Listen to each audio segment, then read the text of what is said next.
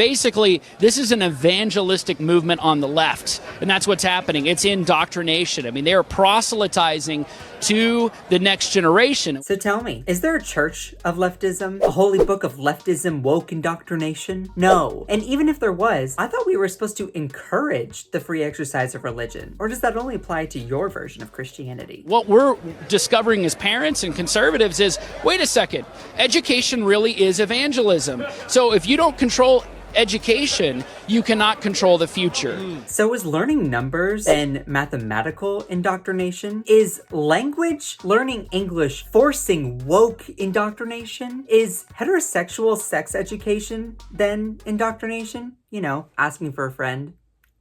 If you don't control education, you cannot control the future.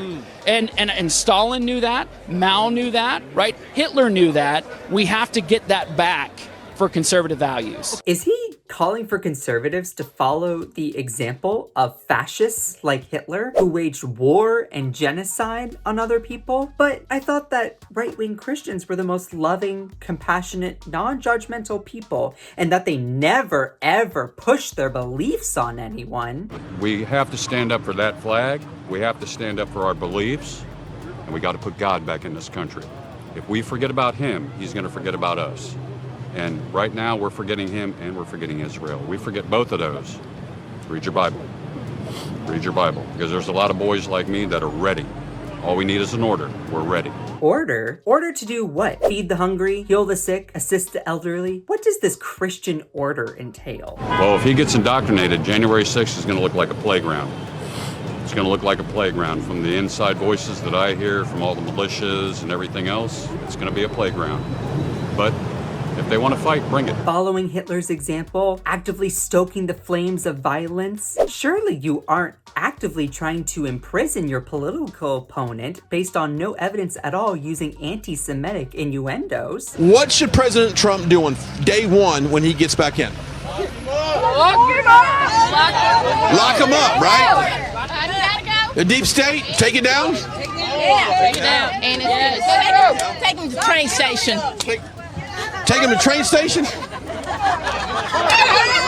I didn't say that. Or God forbid you ever quote Hitler in the name of protecting your conservative values. One of our moms in a newsletter quotes Hitler. Woo! I stand with that mom.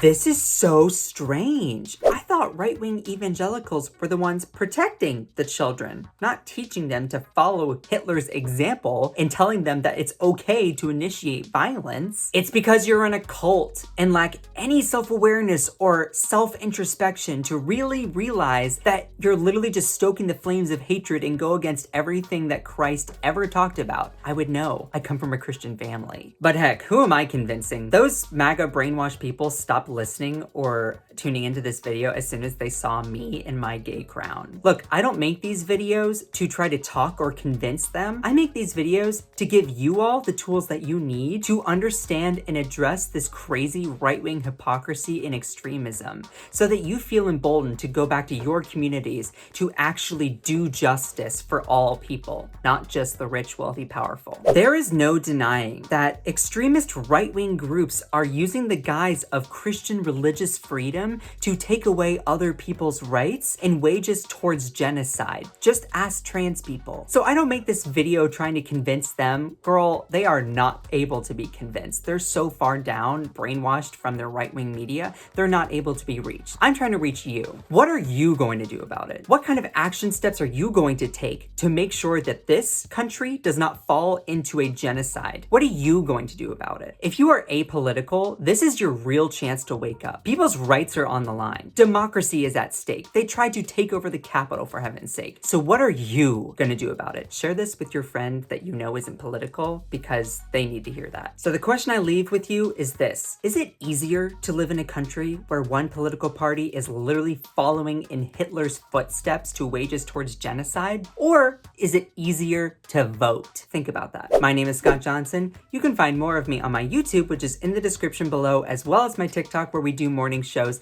And most importantly, do not forget to smash that subscribe button to the breakdown. It's what Jesus would want.